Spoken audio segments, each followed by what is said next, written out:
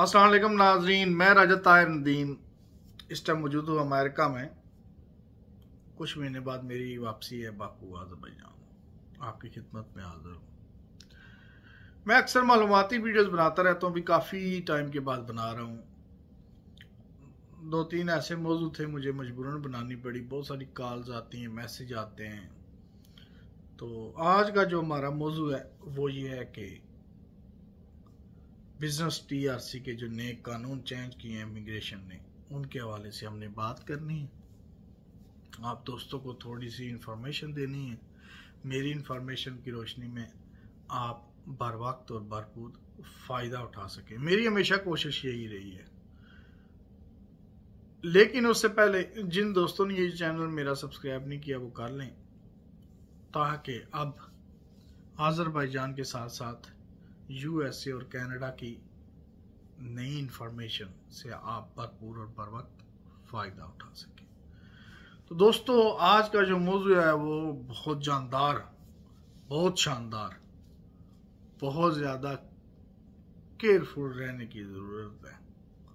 इसलिए जो लोग अपने आप को बचाना चाहते हैं या आगे कुछ करना चाहते हैं तो ये वीडियो ज़रूर देखें। कहने का मकसद ये है, आज का जो मौजू है वो ये है कि जो आज़रबाईजान ने टीआरसी के कानून चेंज किए हैं उसके ऊपर आपसे बात की जाए। तो दोस्तों, कानून चेंज हो गया।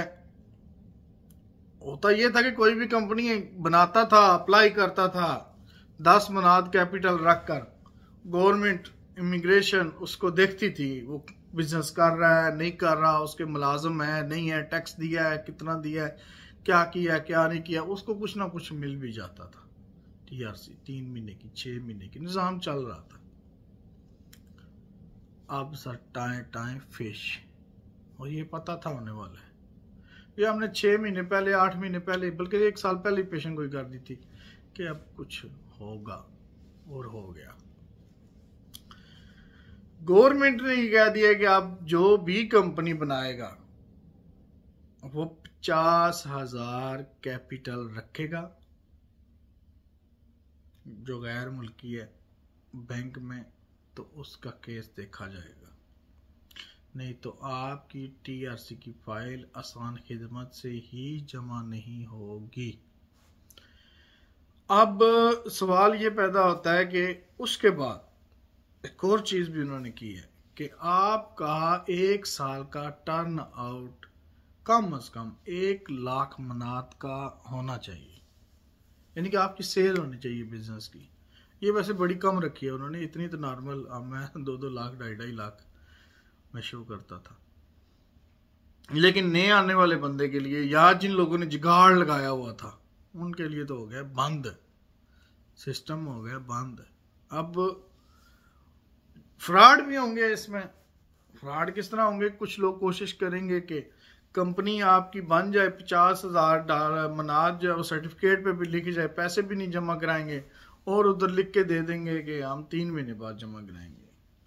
लेकिन इमिग्रेशन के पास इसका निज़ामनामा भी जमा होगा जिस पे लिखा होगा कि 3 महीने बाद जमा कराएंगे, तो वो उसी टाइम ही आप फारग हो जाएंगे। वैसे भी इनके पास एक्सेस है चेक करने की। और साथ 1 लाख, जो पुराने लोग हैं वो 1 लाख मनाद उनका टर्न आउट होना चाहिए। अब यहाँ एक चीज जो है वो बिल्कुल वाज़ेह नहीं हो रही, कोई कुछ कह रहा है कोई कुछ कह रहा है, लेकिन सुना ऐसे ही गया है कि जो पुराने लोग बैठे हुए हैं जिनके पास पुरानी कंपनी है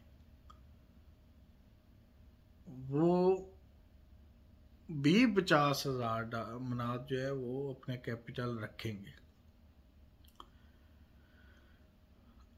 लेकिन ये बात जो है वो कंफर्म नहीं हुई मुझे अभी ना, जब कंफर्म होगी तो उसके ऊपर भी मैं एक वीडियो बनाऊंगा। लेकिन 1 लाख मनाद उनका टर्न आउट होना चाहिए। 1 लाख मनाद टर्न आउट का मतलब ये है कि आपका कम से कम 4,000 मनाद टैक्स जमा होना चाहिए सेल का। उसके अलावा 5 मुलाजिम हैं और उनका टैक्स भी सैलरी का 36% जो है वो जमा होना चाहिए पूरे साल का, 5 बंदों का। वो एक एक चीज़ अभी आपकी काउंटिंग हुआ करेगी। उसके अलावा आपने जो बिजनेस कर रहे हैं, जो आपने घर लिया हुआ है, हॉस्टल लिया हुआ है, रेस्टोरेंट लिया हुआ है, उसके रेंट का भी 14% साल का जो टैक्स है वो भी। तो ये कुल रिला मिला के वो तकरीबन 15,000 मनात जो है ना वो टैक्स बन जाता है। अब अगर 15,000 मनात को हम लोग देखें तो ये 15,000 जो मनात है ये तकरीबन बनता है सर 3 और 6 $9,000। अब कोई भी पागल $9,000 तो नहीं खर्चेगा ना। अभी इसके अलावा है वो $50,000 यहाँ पर रहने के लिए। तो आप लोग करेंगे दुबई का रुख, सऊदीया का रुख।